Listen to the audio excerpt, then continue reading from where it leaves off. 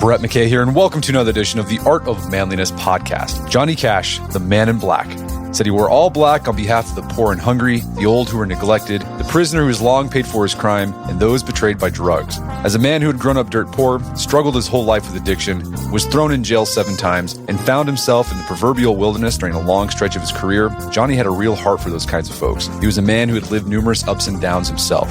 Marshall Terrill, co-author of the book Johnny Cash, The Redemption of an American Icon, will take us through these biographical peaks and valleys today. We talk about Cash's hardscrabble upbringing on a cotton farm, his unfulfilled desire to please his father, and how his rise into stardom was accompanied by the arrival of a set of personal demons. We also discuss how, after becoming the top entertainer in the world, Cash's career slid into 2 decades of music industry irrelevance, the big comeback he made near the end of his life, and the faith that sustained him through all his struggles and triumphs. After the show's over, check out our show notes at aom.is/cash.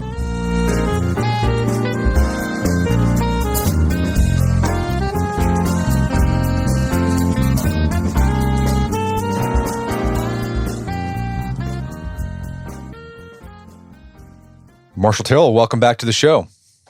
Hey, thank you for having me. Great to be back. So we had you on the show a while back ago to talk about an American icon of cool, Steve McQueen, the king of cool. And you've co-authored another book about another icon of cool. And that's Johnny Cash. And Johnny Cash is an interesting character. He died back in, I guess, 2003. But like he's still relevant. Like he's like Steve McQueen. He's just like, man, he's cool. I've seen 15-year-old kids who weren't even born when, Johnny Cash was alive, and they're wearing Johnny Cash t-shirts. Have you figured out like what has made Cash such an intriguing character? I mean, like what made him cool like Steve McQueen?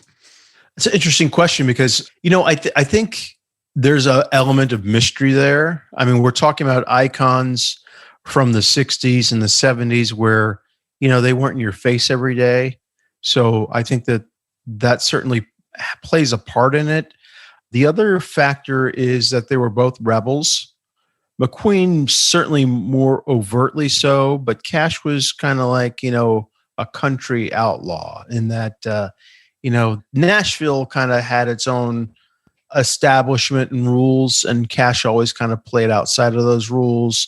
And when he first came on the scene, was he rock and roll? Was he rockabilly? Was he country? Nobody could really quite put their finger on the guy. And so I think that element of mystery is kind of chased him throughout his career.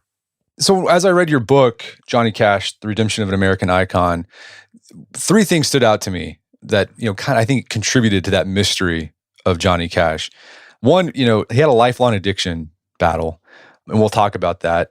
And then he also, in his career, it seems like he was always struggling to stay relevant, and he wanted to be wanted by his fans. And then the other part of this kind of underlying all of it was, his deep, abiding faith. And we'll talk about that too, because I think that also contributed to his coolness factor, because the way he approached faith, it was different than a lot of other people. And as I read the book, it seemed like the origins of a lot of these things, it started in Cash's childhood.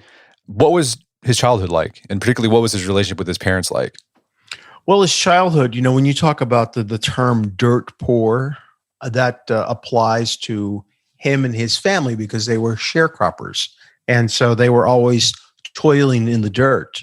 And sharecroppers, the way that whole system was set up was that they were never, ever going to get ahead in life. They were always going to be picking cotton, working the fields. And so, like I said, dirt poor is the terminology. But his childhood, it was sharecropping. It was church. It was there was a certain rigidity to his life growing up. There was no room for dreaming. There was no room for getting ahead in life. So it was always kind of everything was kind of circled and centered around the church because that was really kind of the only relief that they could get. That was the only way that they could think of maybe perhaps a better life. And so, it was a hard, tough life, especially for a dreamer like Johnny Cash. And so he also had a father, Ray, who was just a very stern, prototypical Depression era father who, they had kids and they had a lot of kids, and that was to help work the farm because, those workers is what kept them alive. They had to work hard every day of their lives. And that's just what his life was like growing up. And then, of course, you add alcohol to the mix, and his father was a big time drinker. It adds that extra element of misery to it. And the other thing you talk about in the book is that it always seemed like Johnny Cash could never get his dad's approval. Like no matter what he did, even as a boy, even when he was like the peak of his career, like his dad was never impressed. Never like you're still nothing. Yeah, that's correct. And you look, there's a straight through line in that with a lot of famous people. The first person that comes to mind is Michael Jackson. I did a book on Pete Maravich, the great basketball player. He was always trying to not impress his father, but to seek his approval. A lot, I remember just recently seeing the Elton John movie, and I didn't know that, he was trying to seek his father's approval. And so I think with a lot of the greats, that's the driving force. And I think if you look into like with Steve McQueen, I mean, he never knew his father, but he always wanted to find him and basically throw it in his face and say, "Look, I became a man. I became somebody much better than you could have ever anticipated." So I think that those are, that's that see-through line with all the great artists. Well, another thing that happened in his childhood that affected him profoundly is he lost a brother. His brother died in a really tragic accident. Right, and that was not only impactful in his life, but that devastated the family. His brother Jack was 2 years older than Johnny, and Jack was, I guess it would be tough to call him a saint, but the kid never sinned, and he had this biblical knowledge and this knowledge about life way beyond his years. And so everybody had pegged Jack as he was going to be the preacher of the family. And, in the Deep South, that was, that was like saying that you were going to become a lawyer.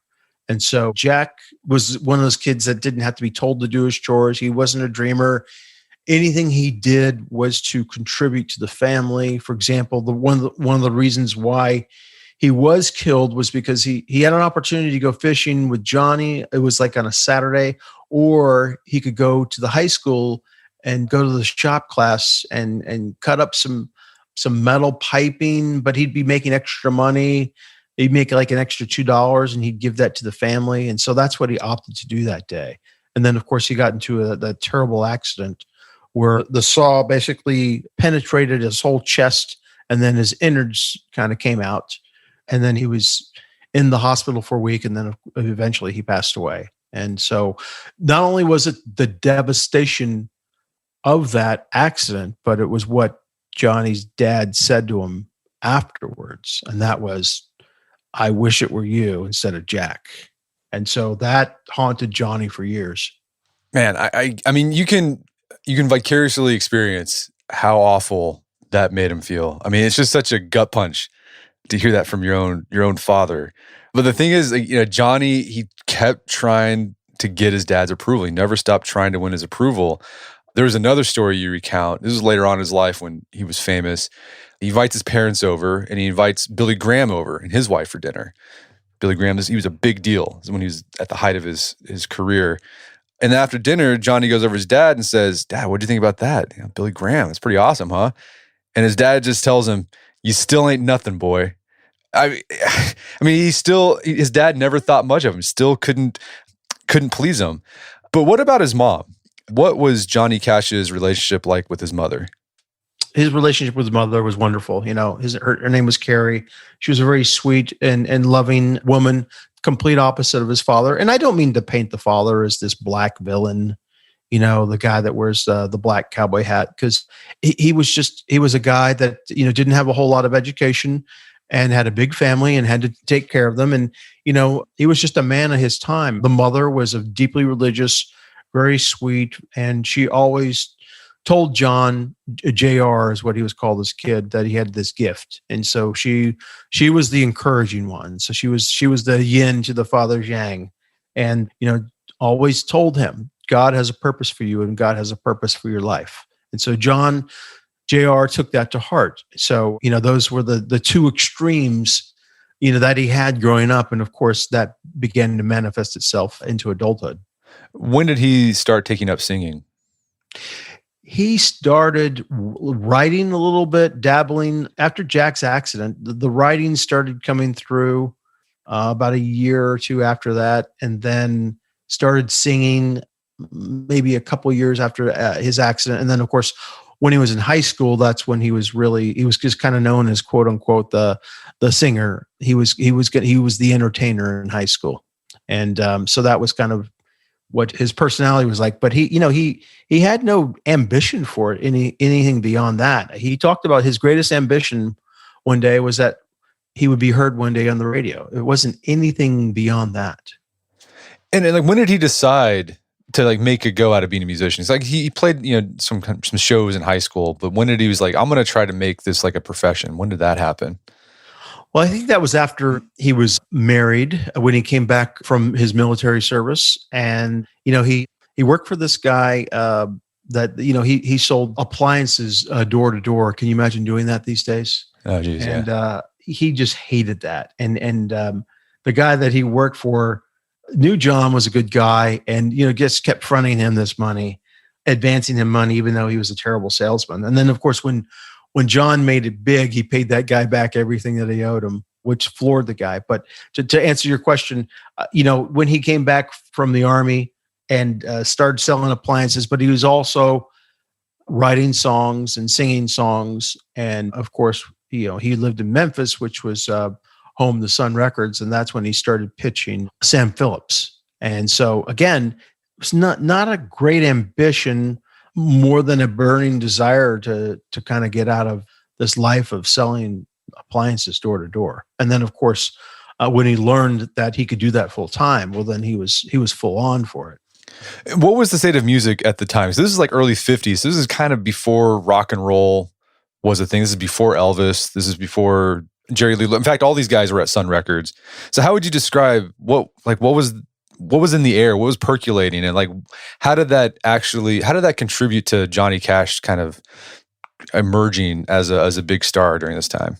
Well, if you've heard the term, this was rock's big bang. This is when everything was starting to formulate, like the with the heavens and the earth, in the rock and roll universe, it was rock's big bang. So all these guys were coming on the scene at the same time, in the same place, in the same city. You had Johnny Cash, you had Elvis Presley, you had Jerry Lee Lewis, you had Carl Perkins, and to some degree later on Roy Orbison.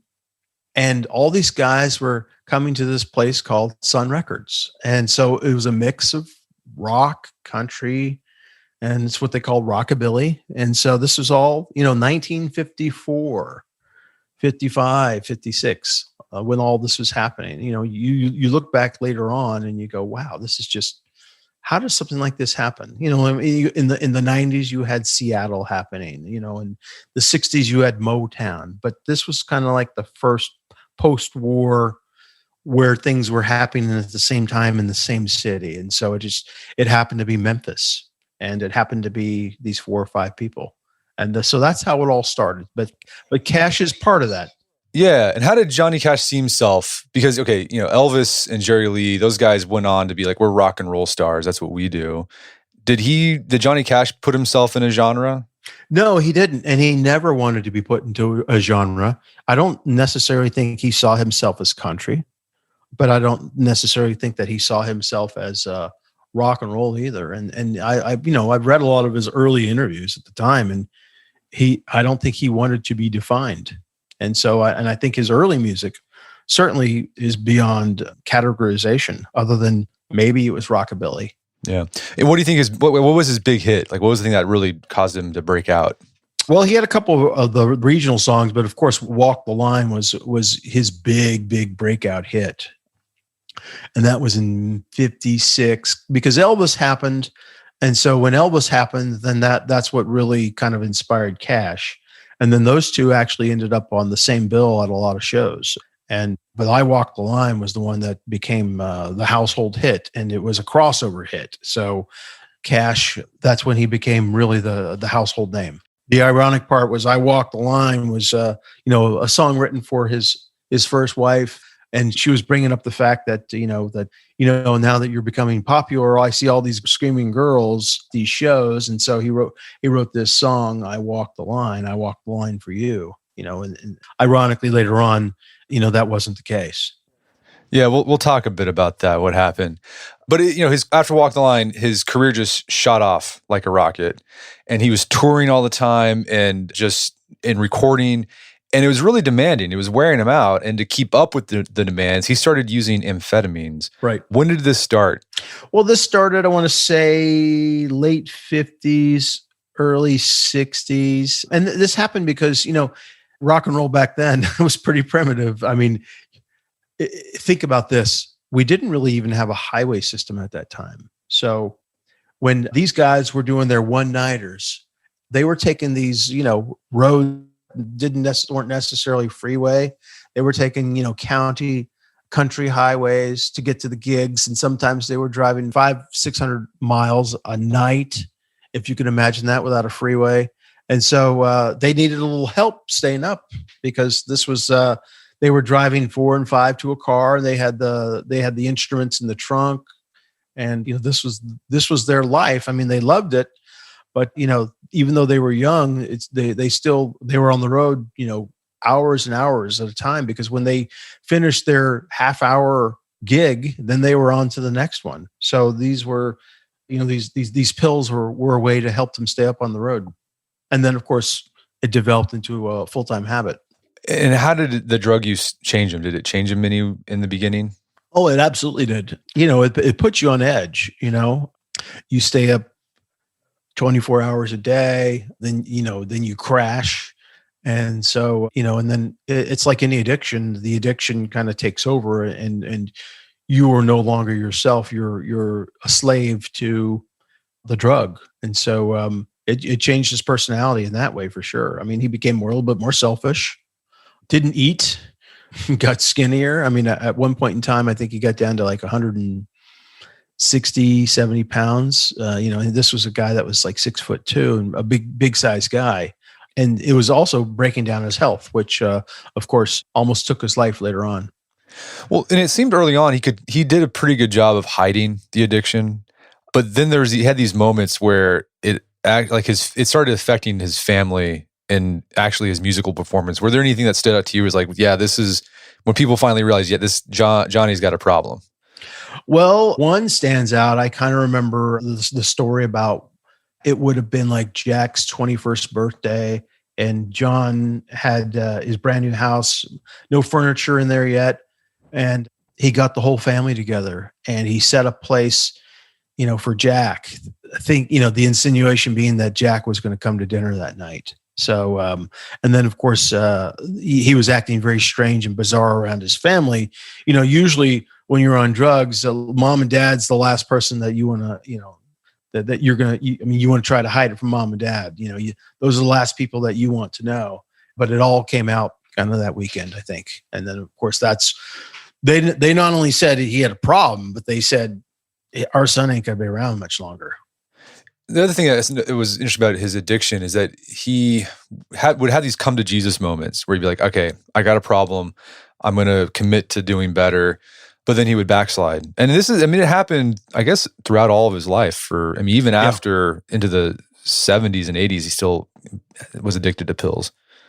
Yeah, he was. And that was kind of the most frustrating part of writing about his life. He knew better, had people around him, had everything going for him. And then, he would get him, he would get to the point where he got so bad and addicted again that and then of course, he'd fall back on his knees and pray. And, after a while you go, man, this is getting old. But, you just have to say, well, this is a person with an addiction. And, you can't put any sort of normalcy on a person with an addiction. They're going to do what they're going to do, and they're slave to it. And given the recovery rates are what, 97% chance that they're not going to recover. I mean, it's a miracle that he stayed alive as long as he did. We're going to take a quick break for a word from our sponsors. And now back to the show. So you mentioned he started his music career after his first marriage. What was his first marriage like? And what was family life like for him early on? Well, his first wife, Vivian, was a real sweetheart. And that was kind of, he recognized later on in life that, he pretty much gave her a raw deal, in that they met. I think they met the week before he was going to go away to Germany, and they were just young lovers in the 50s where they meet and they had this wonderful time. They're roller skating, they're having dinner, they're doing all these wonderful things. He goes away and they promise to write each other every day, and they do, and they write each other every day while he's away, because I think she had a collection of like close to like 10,000 letters, if I'm not mistaken. Wow. But then when he gets back and they get married, the reality is something completely different. And then, of course, when he fell in love with June Carter, it completely changed that dynamic. And so, but the sad part is that, he had children with Vivian. So, that's what also fed into the addiction, was that he had this wife and these young kids, and, he was going to end up leaving them because he was in love with June Carter. Yeah. So let's talk about that. How did he meet June Carter, and like what happened to Walk the Line? Well, she was on the road with him. She was one of the acts that got hired on the road. And, that's how they got involved. The movie is really not reality, the movie I Walk the Line, because I think the movie tries to portray that they didn't get involved until after she was divorced, and that wasn't the case. But after they got married, I mean, it seemed like that was it. It was like a lifelong relationship with them. Yes, it was, and there's no mistaking that the two were in love, and I really think that June Carter was the love of his life. But it just so happened that, unfortunately, he got married to Vivian, realized that she wasn't the love of his life, and then, of course, they had children, and then later on, he had this whole other life with June Carter. And you said that at the end of his life, Johnny Cash kind of recognized that he gave Vivian the raw deal. I mean, at the time, like, how did he reconcile it? Did we have any ideas? Well, I know that they became friendly at the end of their lives, because she actually came to pay him a visit to ask permission to write her book. And he said, "Hey, if anybody deserves to write a book, it's you, for putting up with me." And so he was good in that way, because he did recognize that. But during their lifetime, I should say, right up to that point where he did see her regarding the book, I'm not so sure that they had reconciled anything. It was just John left and now he's gone. And she had a really hard time. As a matter of fact, she was losing a lot of weight, and she finally had to see a doctor. And, the doctor said, "You need to do something, because what you're doing, what you're doing now is going to put you in the grave." He goes, "And you've got 4 young children, and the woman that took away your husband is going to be raising your children if you don't do something about it." So that's when Vivian said, "Oh, okay, I need to now move on with my life and do something else." So she got remarried, and, had a very happy marriage to him. But Johnny was the one, that just cast that long shadow over her life. All right. So throughout the 60s, this is like when Johnny Cash's career started taking off. He was, how popular was he during the 1960s? Oh, at one point, there was a golden period from 1968, where he did Folsom Prison, to then the following year he had the TV show, and the TV show ran from 69 to 71. 1969, he outsold the Beatles, outsold the Rolling Stones. So can you imagine somebody today with a very popular TV show who could actually go out and tour and then put out all these number one records? I mean, I can't think of anybody today that could do that, but that was really his golden period in the late 60s, believe it or not. So he had a fan base of people who already knew him, and then he also had a younger fan base, and these were the rock and roll kids, because when he had his television show from 69 to 71, the show was based out of Nashville, but he was the first country guy to invite other rockers on his show. So he had Dylan on his show, Creedence Clearwater Revival. He had a lot of rock and roll acts. So on his show, you'd see rock, gospel, country. You'd even get some old jazz artists or some old R&B artists. So Johnny was just a big fan of music. And so it goes back to, he didn't want to be defined, but he also didn't want to define what acts would be on his show. He just wanted to introduce good rock music. So at that point in time, that's when he created the Man in Black persona. And the only people that the rockers really kind of respected in country was Johnny Cash. And, he also had the respect of people from the previous decade, and he also had the respect of country. So, at that one point in time, Johnny Cash was the number one entertainer in the world. But during this time, he's still battling addiction, correct?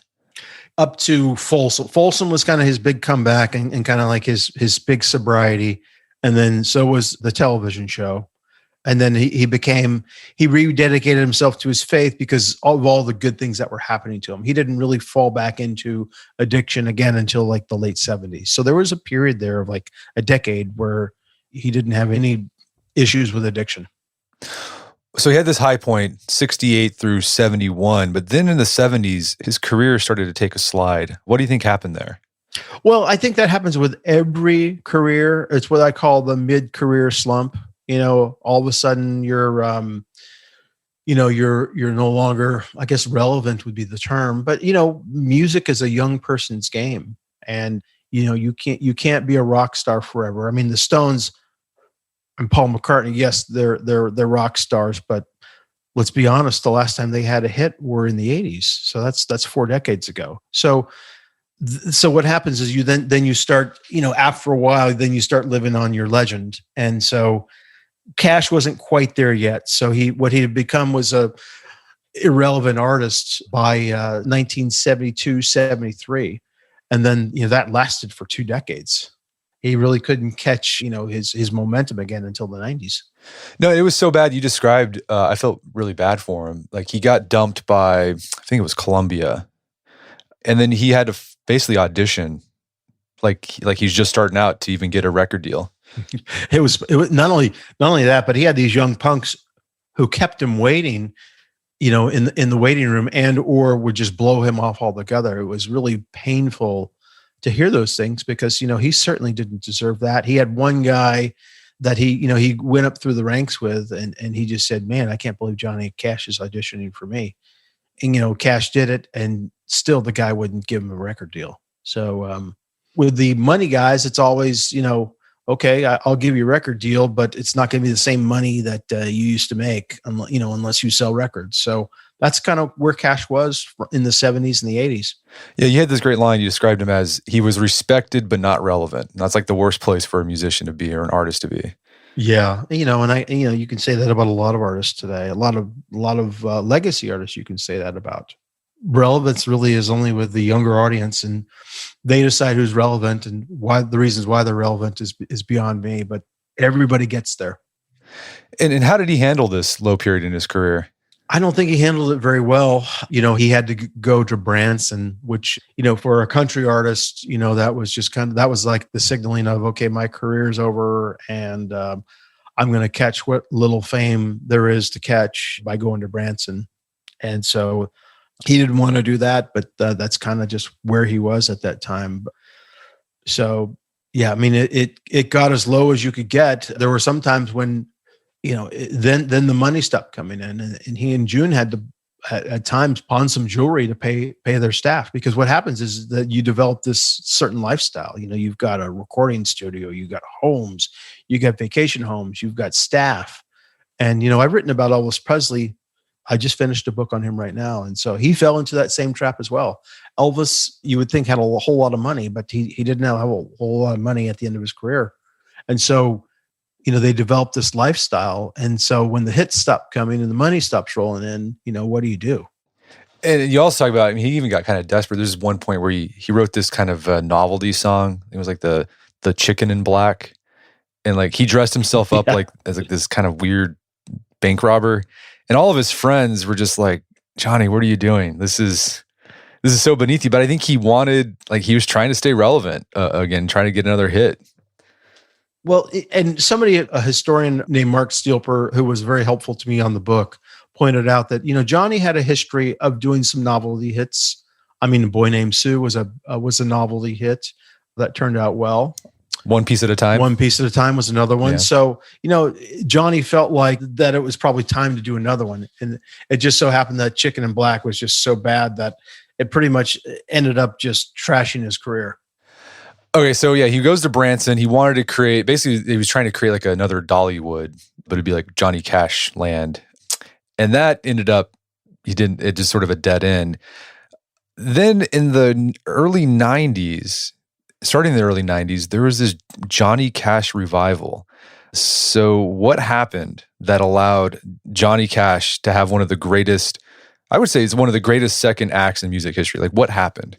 Oh, I agree with you. I think it could be perhaps the greatest comeback, greatest second act of all time. Well, it started with U2. And in the 80s, I think the U2, a couple of members of the U2 were driving through the country, and they were driving through Nashville, and they wanted to meet Johnny Cash because they saw him as this legendary figure. And Bono especially connected very well with Cash. And they just had a nice meal, and Cash prayed. And Bono was really taken by that. And so he never forgot it. So a few years later, they were recording, and they had recorded a song that they felt was right for Cash. And so I think it was on the Zooropa album. And so they not only did the song, but then they did this video. And the song and the video were amazing. Can you imagine U2 backing you on a track? And the song came out great. And then it was placed on this album as a mystery track. And then they did a video for it. And then it showed Cash in his heyday. And so that was the start of it. And then Rick Rubin then sees him playing live. And then Rick Rubin was the hot producer of the day and decided that he wanted to produce Cash. And so he did. And that pairing was called American Recordings.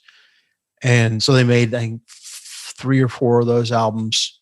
And so, but Rick Rubin was kind of a very successful hip hop producer and produced, a lot of things that were relevant. So you've got U2, and then you've got Rick Rubin, who present this guy again and say, hey, this guy's really cool. This is the guy that started it all.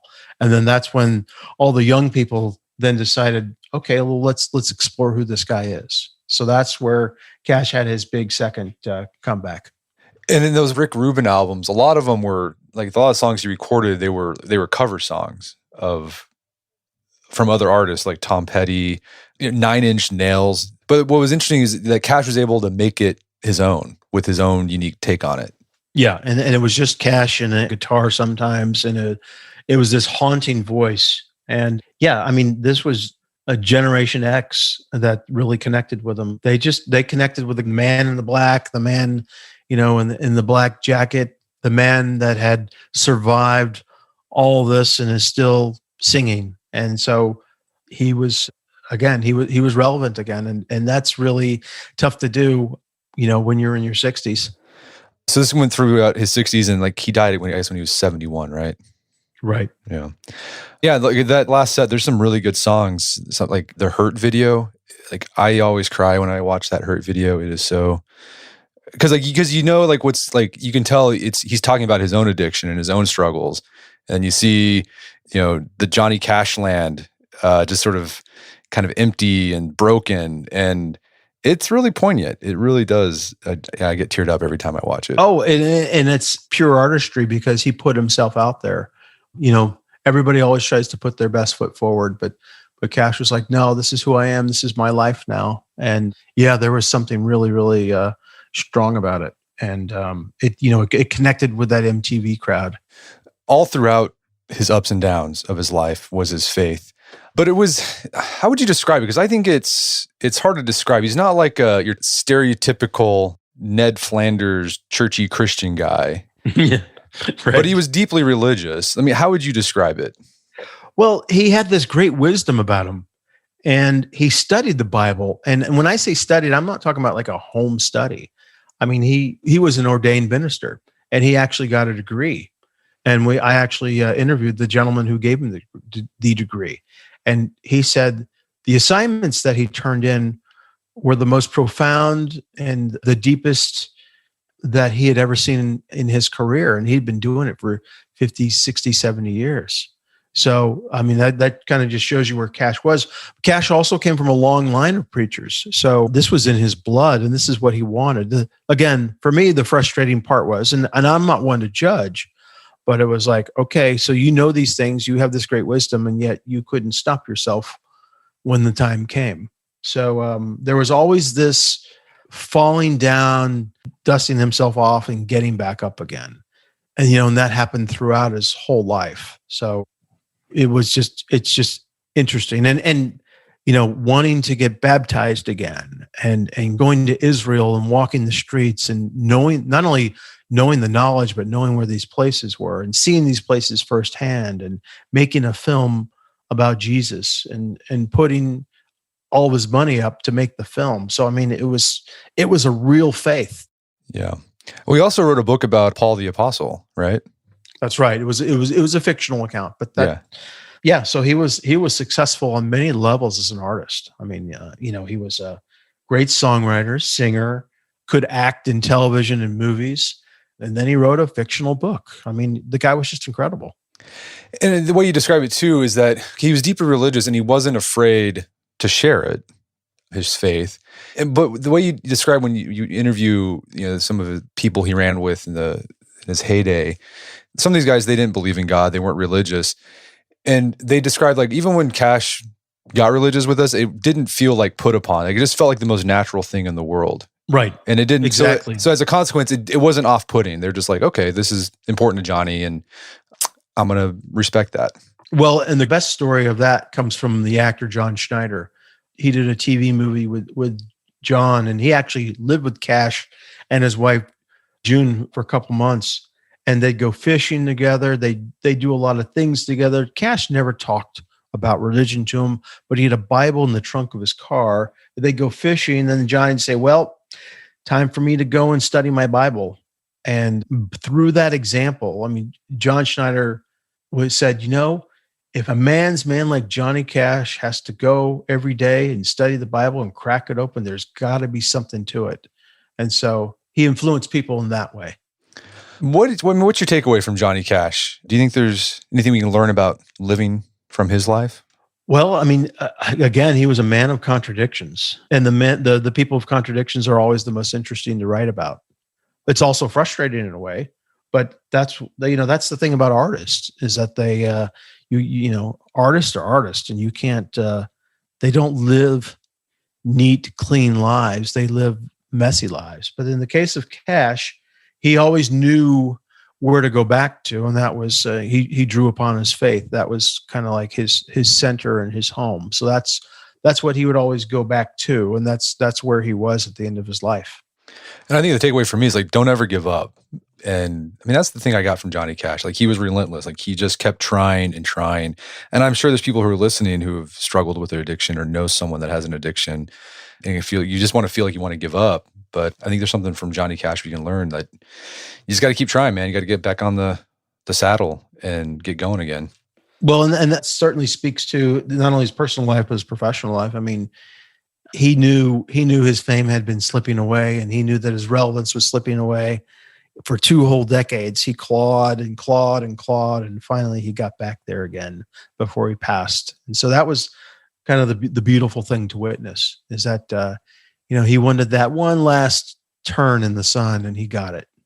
Well, Marshall, this has been a great conversation. Is there some place people can go to learn more about the book? I think the best way, just to go to Amazon and buy a copy of Johnny Cash, The Redemption of American Icon. And then a documentary is going to be based on this book. We don't have a title for it yet. It wraps the end of this month, and they should probably be looking for it sometime in the fall of 2022. Fantastic. Well, Marshall Terrill, thanks for your time. It's been a pleasure. Thank you so much. Well, my guest today was Marshall Terrill. He's the co-author of the book, Johnny Cash, The Redemption of American Icon. It's available on Amazon.com and bookstores everywhere. You can find more information about his book at our show notes at awim.is/cash. We can find links to resources when we delve deeper into this topic.